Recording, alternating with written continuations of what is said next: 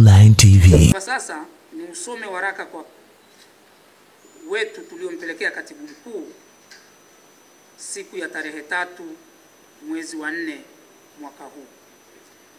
Ndugu wanahabari, madhumuni ya waraka pamoja na kupokea wito wa kushiriki mkutano huo maalum, sisi wagombea ubunge hii ya mwenyekiti tayari imezuia uhuru wetu wa kutoa maoni au kushauri mbadala dhidi ya no reform no elections, kwani kwa mujibu wa mwenyekiti wetu watu wa namna hiyo ni wana CCM au vibaraka wao.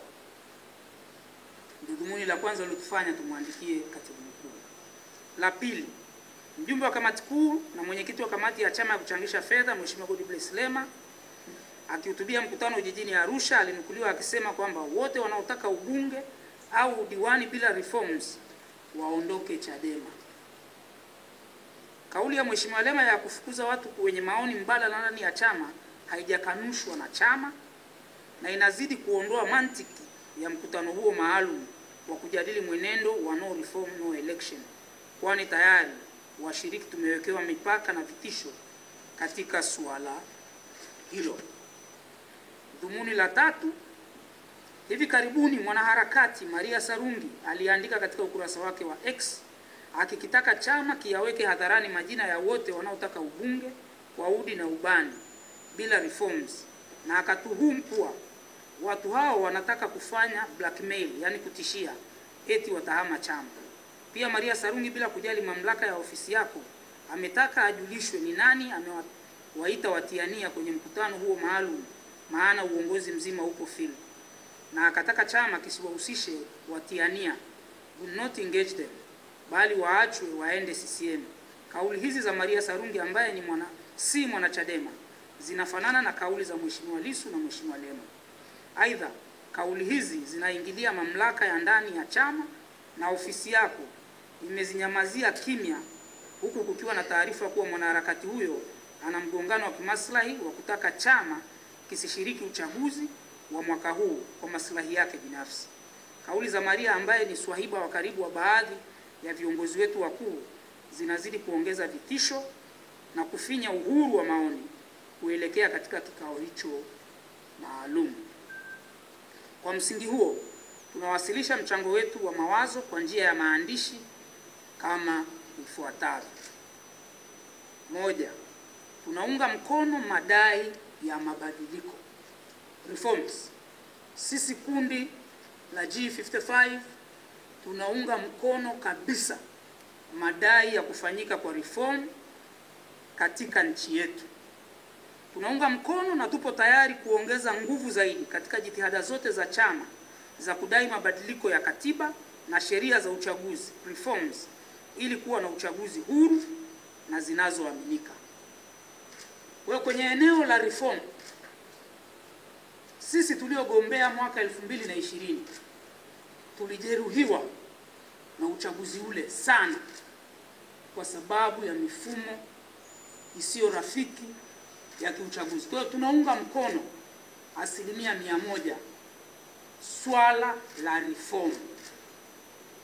Kwa hiyo tuko tayari na kuongeza nguvu kuwekeza kwenye kupigania mabadiliko ya kimfumo na ya kisheria kwa ajili ya chaguzi huru na za haki hapa nchini. 2, maoni mbadala dhidi ya mpango wa kuzuia uchaguzi.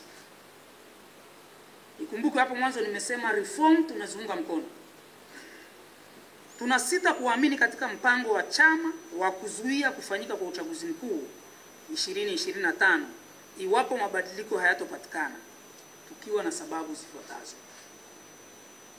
Kwa sisi kwenye no election, njia ambayo chama kimetumia tunaiona sio njia sahihi, na ndio maana tukachukua wajibu wetu kama wanachama, wengine wanachama waandamizi, kukishauri chama chetu kwamba njia ya no election walioamua kuitumia hatuoni kama itatufikisha kule tunakotaka kufika. Moja, tunaona kuwa haiwezekani kuzuia uchaguzi kwa kuwa nje ya uchaguzi. Kujaribu kuzuia uchaguzi huku ukiwa nje ya uchaguzi itakuwa ni sawa na kufanya jinai. uwezekano pekee wa kuzuia uchaguzi ni kushiriki uchaguzi wenyewe kwa kuhakikisha tunaingiza wagombea katika uchaguzi. Ni rahisi kwa wagombea kuhamasisha na kuongoza wananchi kuzuia uchaguzi katika vituo mahususi vya uchaguzi, katika kata au majimbo yanayoelekea kufanyiwa hujuma, kuliko kujaribu kuzuia uchaguzi wote huku tukiwa nje kabisa ya uchaguzi wenyewe. Ndugu zangu, ukishakuwa nje ya uchaguzi mara tu baada ya bunge kuvunjwa, vyama vya siasa vitasitisha shughuli zote, tutaingia kwenye harakati za kiuchaguzi. Sasa kama haushiriki uchaguzi, unawezaje kuzuia huu uchaguzi? Huna wagombea kwenye kata, huna mawakala ambao kama unataka kuzuia uchaguzi kwenye vituo, anayeweza kuwa wa kwanza ni wakala wako aliyeko kituoni. Sasa huna wakala, huna mgombea, hivi huu uchaguzi unauzuiaje? Kwa hiyo sisi tunaamini tunaweza kuzuia uchaguzi tukiwa ndani ya uchaguzi. 2. Dhana ya no reform no election ilianza kama kampeni mnamo mwezi Januari mwaka 2020 na baada ya retreat ya kamati kuu ya chama iliyofanyika Makueni nchini Kenya. Kaunti ya Makueni kule Kenya, hoteli inaitwa Kusimbungio, ndiko chimbuko la no reform no election lilianzia. Na hii ilikuwa Januari mwaka 2020. Kwa wale wanaodhani kwamba dhana ya no reform no election ni ya mwaka 2024, ni bahati mbaya, hawana taarifa sahihi. Hii ilikuwepo tangu Januari mwaka 2020, na niliyeko mbele yenu hapa ni kati ya watu wawili walioachwa Nairobi na kamati kuu ya chama kukamilisha mpango huo. Niliachwa mimi na mkurugenzi mwingine mmoja, tukabaki Nairobi siku 8 na wataalamu mbalimbali kukamilisha andiko hilo, na tukarudi tukiwa na nakala ya andiko hilo mwaka 2020. Kwa hiyo dhana ya no reform no election ilikuwa ni kwa ajili ya kuunganisha makundi na jamii ili kupigania mabadiliko ya mfumo wa uchaguzi ndani ya nchi yetu, na ilikuwa ni maandalizi ya kwenda kwenye uchaguzi wa mwaka 2020. Nyaraka hiyo ilipewa jina Roadmap to the General Election 2020. Ndio jina la hiyo nyaraka. Na hiyo nyaraka ipo, nina nakala yake. Tukilazimika tutaiweka hadharani ili taifa lijue dhana hiyo ilianzia wapi. Kwa wale mnaofikiri ni kitu kimeanza juzi 2024, kwa kweli hicho sio sahihi. Ni kitu kilikuwepo tangu mwaka 2020, na bado tuliweza kushiriki uchaguzi mkuu wa mwaka 2020. Dhana hiyo ya no reform no election ikiwepo, tuliweza pia kushiriki uchaguzi wa serikali za mitaa wa mwaka 2024. Dhana hiyo ya no reform no election ilikuwepo, na hata tamko la kamati kuu la tarehe 11 Disemba mwaka 2024 la tathmini ya uchaguzi wa serikali za mitaa, mimi nilikuwepo. Ukisoma lile tamko la maandishi, hakuna mahali tuliweka hiyo dhana. Na hata ukisikiliza hotuba ya mwenyekiti wa wakati huo, Mheshimiwa Mbowe, alisema tukifika mwaka 2025 wakati wa uchaguzi, kama hakuna reform, chama kitafanya maamuzi sahihi. Ndio ilikuwa kauli. Hakusema tutazuia uchaguzi. Kwa wale wanaojaribu kusema hii ilifanyika wakati wa mwenyekiti Mbowe, ni kweli. Mwenyekiti alikuwa Mbowe, makamu wake alikuwa Mheshimiwa Lissu, wajumbe wa kamati kuu akina Mheshimiwa Heche walikuwepo, na tulikuwa nao Nairobi. Lissu aliondoka Ubelgiji akaja Nairobi wakati huo kule Kusumbungio, kaunti ya Makueni nchini Kenya. Tatu, kwa muda mfupi uliosalia hatuoni uwezekano wa kutekeleza kwa ufanisi mkakati wowote madhubuti wa kuzuia uchaguzi. Tayari uchaguzi wenyewe umeshaanza, zoezi la uandikishaji wa wapiga kura limeshakamilika na limefanyika mikoa yote nchini. Kwa hiyo kama tulikuwa tunataka kuzuia uchaguzi, tulipaswa tuanze kuzuia hata zoezi la kuandikisha. Sasa kila kitu kimeshafanyika, iliyobaki ni kampeni, kuteua wagombea, watu waingie kwa debe. Sababu ya 4 ni kwa mujibu wa katiba ya Chadema ibara ya 4 inayohusu madhumuni ya chama. Dhumuni kuu la chama ni kuongoza dola na kutekeleza madhumuni mahususi ya kisiasa kama ilivyoainishwa katika kifungu cha 4.1, madhumuni ya kiuchumi kifungu cha 4.2 na madhumuni ya kijamii katika kifungu cha 4.3. Kwa hiyo kushiriki uchaguzi ili kuongoza dola ni sharti la kimsingi la katiba ya Chadema. Dhumuni la kwanza la chama hiki lipo kwenye katiba yetu sura ya 4, madhumuni ya kisiasa 4.11 inasema kuhakikisha kuwa chama chetu kinashinda chaguzi za kiserikali na kushika dola kwa njia ya kidemokrasia ili kuleta maendeleo endelevu kwa taifa. Ni dhumuni la katiba yetu. Kwa hiyo Chadema sio pressure group. Kuna tofauti ya kuwa na pressure group na chama cha siasa. Chama cha siasa dhumuni lake ni kuweka sera, mipango na kushiriki chaguzi ili kiweze kushinda, kiende sasa kikatekeleze madhumuni ya kuanzishwa kwa chama hicho. Lakini pressure group wao wanakuwa na jambo mahususi kwa wakati mahususi, wanalipigania kama kimbunga pap, likishaisha wanaenda kwenye jambo lingine. Pressure groups hazina madhumuni ya kudumu, wao wanaenda na tukio kama linavyotokea. Lakini chama cha siasa kina malengo na madhumuni yake, na lengo kuu ni kushika dola. Kwa hiyo tumeshauri katibu mkuu kwamba chama chetu kirudi kwenye katiba yake, kiangalie madhumuni ya kuanzishwa kwa chama hiki. Je, tusiposhiriki uchaguzi tunaitekeleza vipi katiba yetu? 5. Ibara ya 5.2 ya katiba ya chama imetamka haki za mwanachama wa Chadema kuwa ni pamoja na kuchaguliwa kuongoza na kukiwakilisha chama katika ngazi yoyote kwa kuzingatia masharti yaliyowekwa na sifa za uongozi. Mpango wa kuzuia uchaguzi unaweza kukosa uhalali wa kutosha kikatiba kwa kuathiri haki za wanachama wa Chadema wanaotaka kugombea.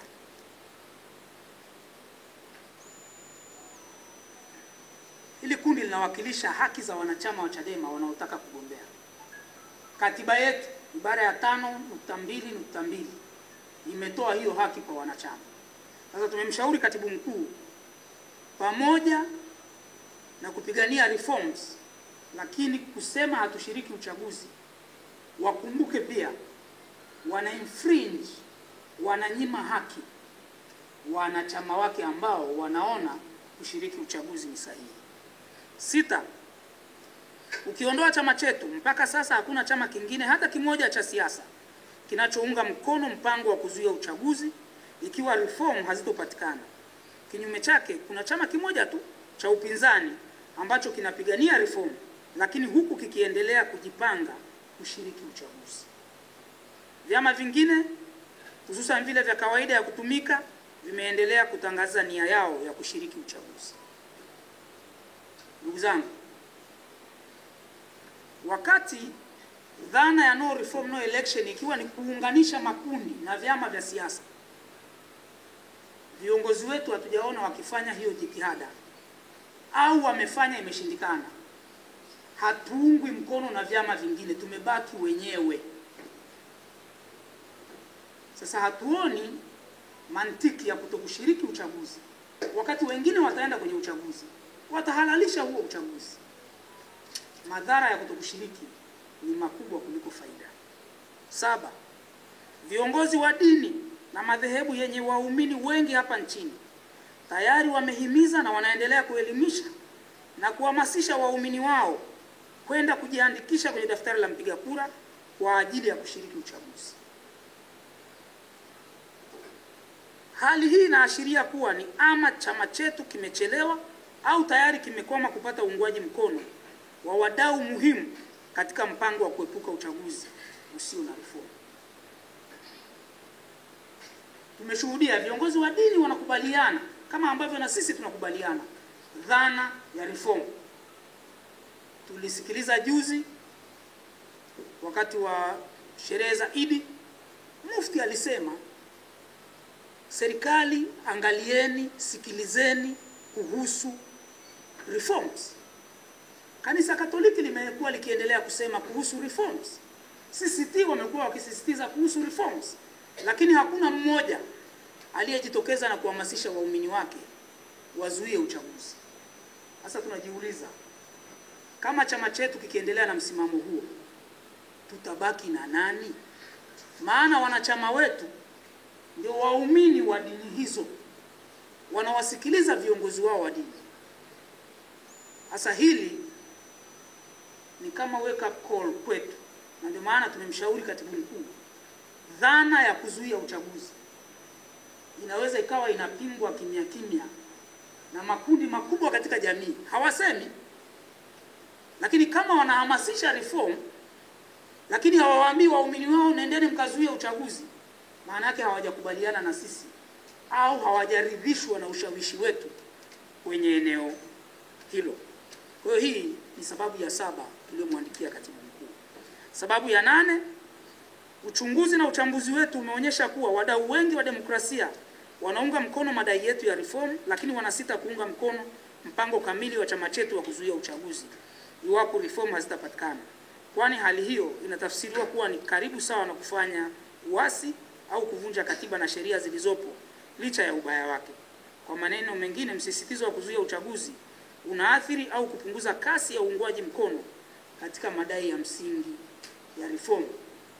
Wako wadau wengi, asasi za kiraia, wanashindwa kuja mstari wa mbele kuungana nasi kudai reforms kwa sababu sisi tumeongeza kuzuia uchaguzi. Angalieni asasi za kiraia zilizokuwa zinapiga kelele sana kuhusu reform. Baada ya sisi kusema tutazuia uchaguzi, ni kama wameweka break, wamepoa. Kwa sababu wanaona sasa hapa Chadema inataka kucross the line, kuzuia uchaguzi. Tumeitahadharisha chama na katibu mkuu kwamba warudi nyuma, watafakari ni kwa nini wadau hao muhimu ambao tumekuwa nao miaka yote leo ni kama wamepiga break, wameingia ubaridi. Ni kwa sababu hawaamini kwenye kuzuia uchaguzi. 9, kushindwa kuzuia uchaguzi katika dakika za mwisho ikiwa jitihada za reform zitakwama, kuna maanisha kuwa chama hakitokuwa tena na muda wa kujiandaa na hivyo hakitashiriki kabisa uchaguzi huo.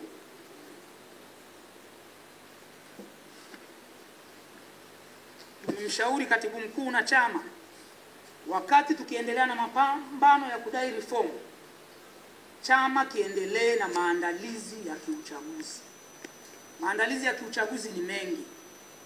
Tunakata takriban 4,000 na tunahitaji kuwa na wagombea udiwani. Unapowaambia watu hakutakuwa na uchaguzi, hawa wagombea hawatajitokeza na hakuna atakayewekeza rasilimali zake wakati anajua hakuna uchaguzi. Kwa hiyo tumeshauri chama kiendelee na maandalizi, kianze kuandaa ilani.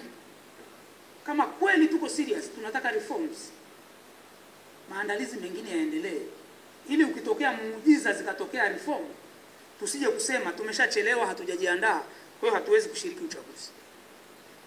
Kwa ushauri wetu wa mwisho kwa katibu mkuu na chama, athari za kutokushiriki uchaguzi: 1, chama kinaweza kuondokewa au kupoteza viongozi na wanachama wenye nia ya kuwania urais, ubunge na udiwani, pamoja na nafasi za viti maalum vya ubunge na udiwani katika maeneo mbalimbali nchini. Kuna watu wako kwenye vyama vya siasa kwa sababu wanataka kuwa viongozi.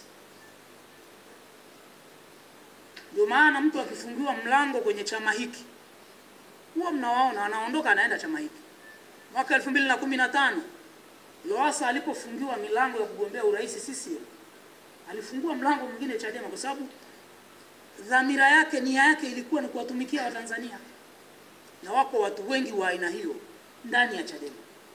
Kwa hiyo tutakapowafungia tukidhani kwamba hawa watu wataendelea kubaki Chadema, watatafuta mahali pengine, na wengine wanasukumwa na wananchi wao. Mathalan, kwa mfano, tuna diwani wetu pale Kigoma, kata moja, tangu mwaka 92 mfumo wa vyama vingi uanze, anaitwa Gimbi. Kata yake amekuwa akishinda muda wote. Hasa mtu kama yule wananchi wake wanamlazimisha kwa sababu wamekaa naye, amewatumikia vyema, na wako wengi wa aina hiyo. Hasa ukiwafungia milango, yatatukuta yale yaliyowakuta CCM Karatu mwaka 95. Walipomfungia mlango Dr. Slaa wa kugombea Karatu, wananchi wa Karatu wakamwambia Dr. Slaa, toka CCM, nenda Chadema, tunataka wewe uwe mbunge wetu. Kwa hiyo tumekitahadharisha chama, hiyo hasara tuipime, tuone madhara yake, tusije kujuta. Majuto ni mjukuu. 2, chama kitapoteza mvuto kwa umma, kitadhalilishwa kwa propaganda na hata kudhoofika. Hadi sasa chama kimejikita katika vipande viwili vinavyosigana kuhusu jambo hili. Ikitokea tukishindwa kushiriki uchaguzi, mkatiko huu utakuwa ni wawazi na athari zake zitakuwa mbaya zaidi. Nimempa pia katibu mkuu hiyo tahadhari kwamba ndani ya chama tunaona makundi mawili. Ndani ya kamati kuu wapo wanaotaka kugombea. Mmewasikia wakisema. Ndani ya baraza kuu yako hayo makundi mawili, na hata ndani ya mkutano mkuu. Kwa hatutaki huo mpasuko uendelee kuwa mkubwa. 3, chama kitapoteza kabisa ruzuku baada ya uchaguzi, hivyo kuathiri uhai na uendelevu wa shughuli za chama. Kuna watu wanabeza hoja hii. Sisi tuliokuwepo kuanzia mwaka 2020 Disemba mpaka tulipokuja kukubali kuchukua ruzuku mwaka 2023, tulikuwa na wakati mgumu sana wa kukiendesha hiki chama. Tulishindwa kulipa mapango ya ofisi, tulipunguza watumishi kwenye ofisi za makao makuu, ofisi za kanda. Fikiria kanda, tulifika mahali tukaagiza wabaki watu 3, katibu wa kanda, afisa mmoja na mlinzi. Kuna kanda 10. Ukiacha watu 3, hao ni watu 30 wa kuwalipa kila mwezi. Tulipopokea ruzuku angalau tumeweza kuendelea kuwa maintain. Lakini wako wanaobeza, chama sio kwa ajili ya ruzuku. Sawa, tunakiendeshaje? Kampeni yetu ya tone tone mpaka sasa imefikisha shilingi ngapi? Viongozi hawasemi kwa sababu hawana cha kusema.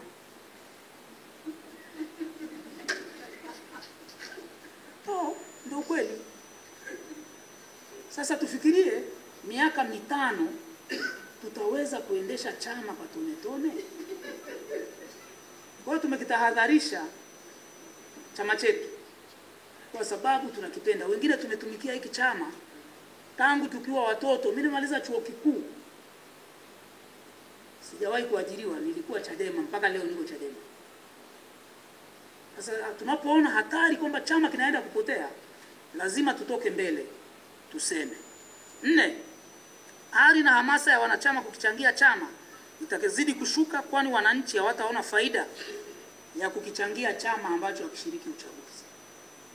Ndio maana hata kampeni yetu hii ya tone tone inakwama, kwa sababu watu wanajiuliza, hivi na wachangia Chadema sasa ili iweje wakati hata uchaguzi hawashiriki, ili waje watutoe kwenye makucha ya CCM? Sasa viongozi wetu tumewatahadharisha na kuwaambia kwamba tazameni hili kwa umakini, kwa sababu mtu anasukumwa, ana shilingi 1000 yake anaichangia Chadema kwa sababu anaona mwanga kesho nitapata diwani wa Chadema, hii michango ya ovyo ovyo itaondoka. Nitapata mbunge wa Chadema atanitetea bungeni. Nitapata rais wa Chadema ataenda kutatua kero na matatizo ya wananchi. Lakini leo Chadema anasema ishiriki uchaguzi. Kwa nini nichangie 500 yangu wakati watoto wangu wanakula mchicha? Bora niwaongezee dagaa. Kwa hiyo hatari tunaiona na tumekishauri chama. 5, kutoshiriki kampeni ya uchaguzi kutakipotezea chama fursa ya kukijenga zaidi. Maana haitokuwa rahisi kwa watiania kuwekeza kwenye chama ambacho hakiingii kwenye uchaguzi, maana hawatapata fursa ya kugombea. Ndugu zangu, chama cha siasa kinajengeka sana wakati wa uchaguzi. Na sisi Chadema ni mfano. Mwaka 1995 hatukuingia kwenye uchaguzi wa rais. Mwaka 2000 hatukuweka mgombea urais. Chama chetu kiliendelea kudhoofika.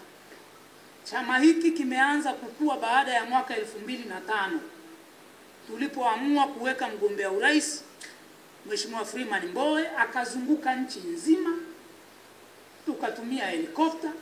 Chama hiki kikaanza kunyanyuka, na tangu wakati huo kishatangaza haukuwa uchaguzi bali uchafuzi.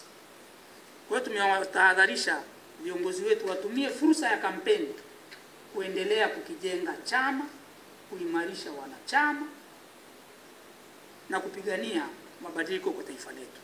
6, kwa ujumla, kutoshiriki uchaguzi kutasababisha chama kupoteza uhusika na umuhimu wake kwa umma, relevance, hali inayoweza kufuatiwa na kuporomoka kisiasa na hatimaye kudhoofika kabisa. Hatutaki chama chetu kikawe dhoofu bin hali baada ya uchaguzi mkuu. Ndio maana tumeshauri chama kitumie fursa hii, na ni rahisi zaidi kuzuia uchaguzi ukiwa unashiriki kuliko ukiwa nje ya ulingo. Ushauri wetu, tujiandae kwa uchaguzi.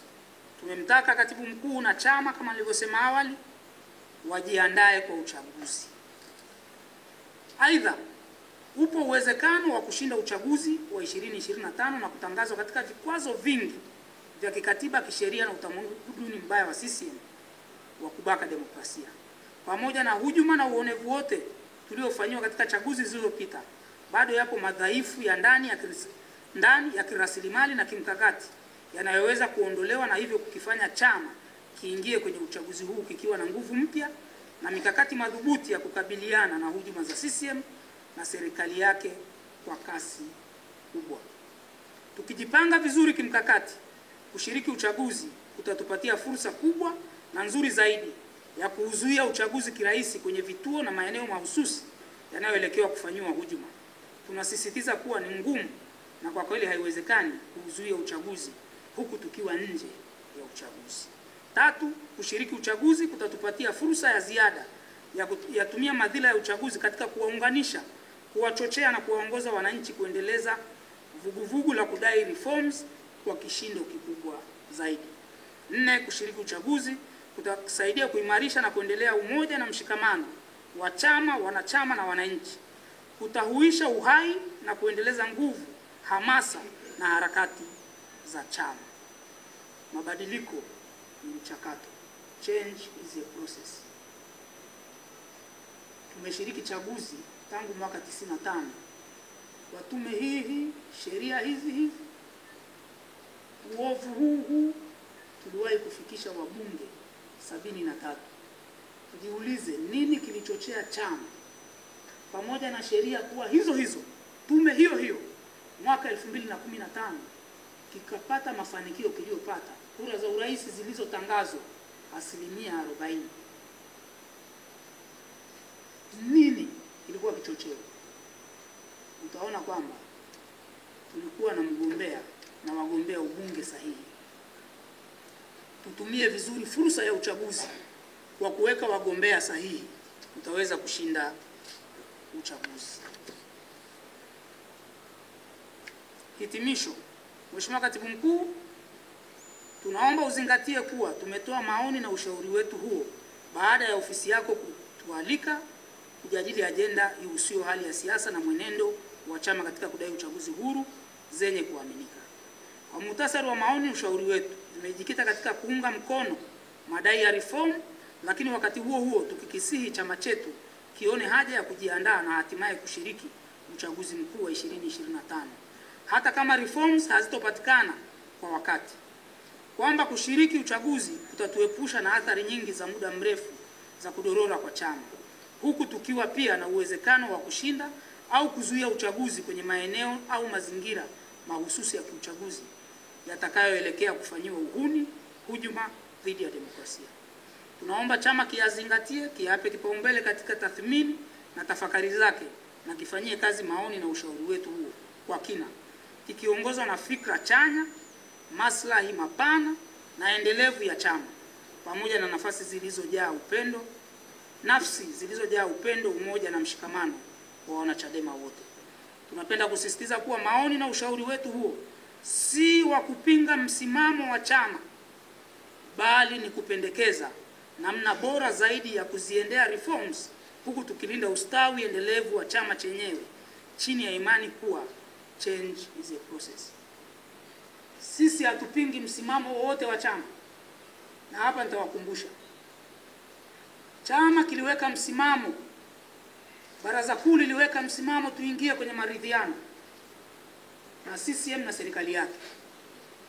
Lakini kadiri tulivyoenda mbele, viongozi waandamizi waliongoza kundi la kupinga, la kukiondoa chama kwenye maridhiano yale, na wakati huo chama kilisikiliza, kikaona mantiki ya hoja, hatimaye kilijiondoa kwenye maridhiano. Kwa hiyo na sisi hatupingi, ila tunakishauri chama kitafakari upya. Maazimio ya vikao sio msahafu, yanaweza kubadilika. Wako wanaojenga hoja kushiriki uchaguzi ni kuwapeleka vijana wakamwage damu, kwamba tuna njaa ya damu, wakati huo huo wakihamasisha tukazuie uchaguzi.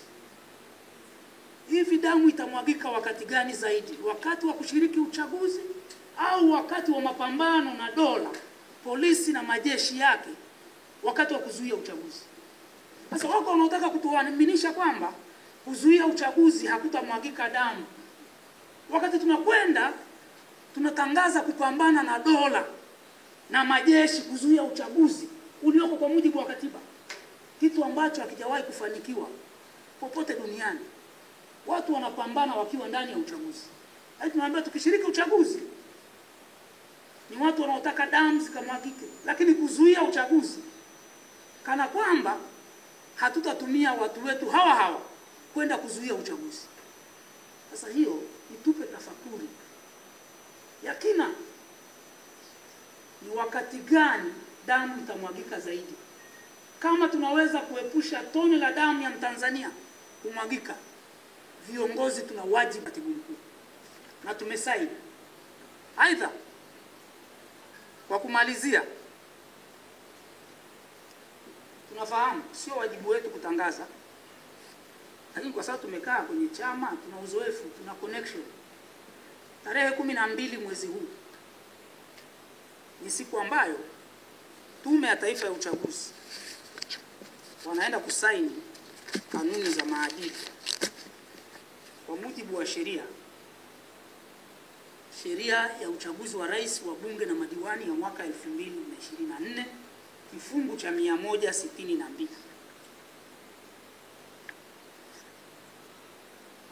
Inasemaje? Kwa madhumuni ya kusimamia uchaguzi wa haki, huru na amani, na baada ya kushauriana na vyama vyote vya siasa na serikali, tume itaandaa na kuchapisha katika gazeti la serikali kanuni za maadili ya uchaguzi zitakazoainisha maadili ya vyama vya siasa, serikali na tume wakati wa kampeni za uchaguzi na utaratibu wa utekelezaji wake. Kanuni za maadili ya uchaguzi zitasainiwa na a, kila chama cha siasa; b, kila mgombea kabla hajawasilisha fomu ya uteuzi; c, serikali; na d, tume, na zinapaswa kuzingatiwa na wahusika wote waliosaini. Mtu ambaye atakiuka masharti ya kanuni za maadili ya uchaguzi ataadhibiwa kwa mujibu wa kanuni hizo. Tarehe 12 vyama vinatakiwa vikasaini kanuni hizo. Na moja ya kitu ambacho kiko kwenye hizo kanuni, chama ambacho hakita saini hizo kanuni hakitaruhusiwa kushiriki uchaguzi. Kwa hiyo tunawakumbusha na kuwasihi viongozi wetu, wakati tunaendelea na madai ya reforms, wasisahau kwenda kusaini hizo kanuni, kwa sababu ikitokea reform kidogo zimepatikana, hawajasaini kanuni, chama chetu hakitaweza kushiriki uchaguzi. Wasije wakatumia mwanya huu wakakimbia kwenda kusaini kanuni ili baadaye watugeuzie tena. Sio kwamba no election, hatuzuii uchaguzi, bali kanuni zimeshatutoa nje ya uchaguzi. Kwa hiyo tunawakumbusha mbele ya umma na mbele ya vyombo vya habari,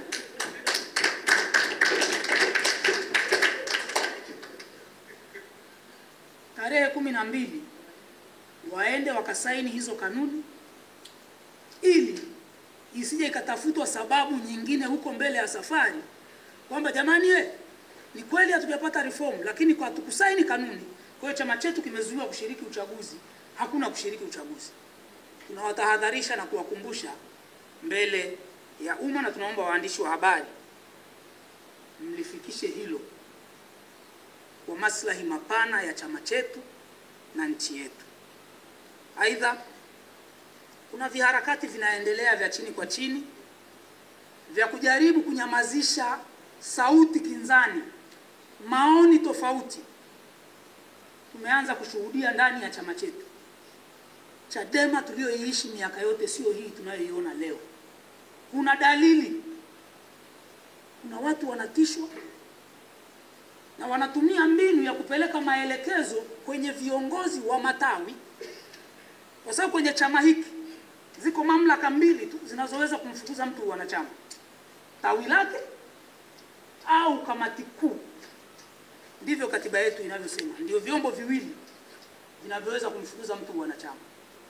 Tumeshuhudia kwenye matawi viongozi wanapelekewa maelekezo kwamba mtu yeyote aliyeko G55 anzeni kumwandikia barua, na tumeshaona mmoja ameandikiwa, yuko hapa Asenga, yuko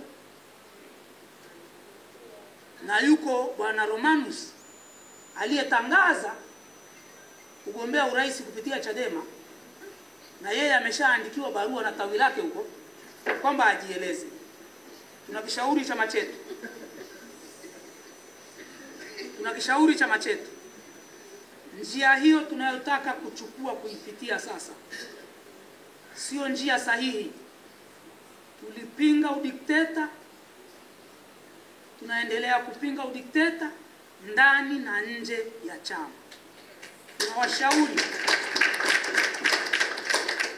Tunawashauri viongozi wetu wanaohubiri uhuru wa maoni, uhuru wa mawazo. Viongozi wetu wamekuwa wabunge, mwenyekiti alikuwa mbunge, makamu mwenyekiti alikuwa mbunge, katibu mkuu amewahi kuwa mbunge.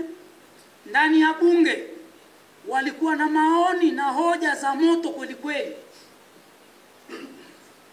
Walipotaka kuzuiwa na spika, kupewa adhabu, kutolewa nje ya bunge, tulisimama kama taifa kwamba maoni yao yasikilizwe, ushauri wao usikilizwe. Na ndani ya Chadema leo tunawataka viongozi wasiogope kusikiliza maoni mbadala. Maoni hayapigwi rungu. Maoni ni fikra, yataendelea kuishi leo, kesho na kesho kutwa. Kwa hiyo watu waachwe wawe huru, waseme kwa uhuru. Kama Chadema tukianza kuzuia watu wetu kusema, hivi mnataka wananchi wakasemee wapi? Hatutaki kuiga tabia za CCM kwamba mwanachama alihoji yule Malisa kwamba uteuzi wa mgombea urais au kufuata katiba ya chama, wakaagiza wilaya imfukuze wanachama. Hivyo vimelea tunaona vinataka kuja Chadema. Tunawasihi viongozi wetu wasikubali hayo majaribu. Ni hatari kwa uhai na ustawi wa chama. Ni hatari kwa ustawi na uhai wa taifa, kwa sababu tukianza kunyamazisha sauti ndani ya chama, tutakapoikosoa serikali tutaambiwa mbona kwenye chama chenu mlipokosoa mlifukuzana. Tunawapa uhalali wa kuendelea kutenda hayo kwa sababu sisi tunayafanya ndani ya chama.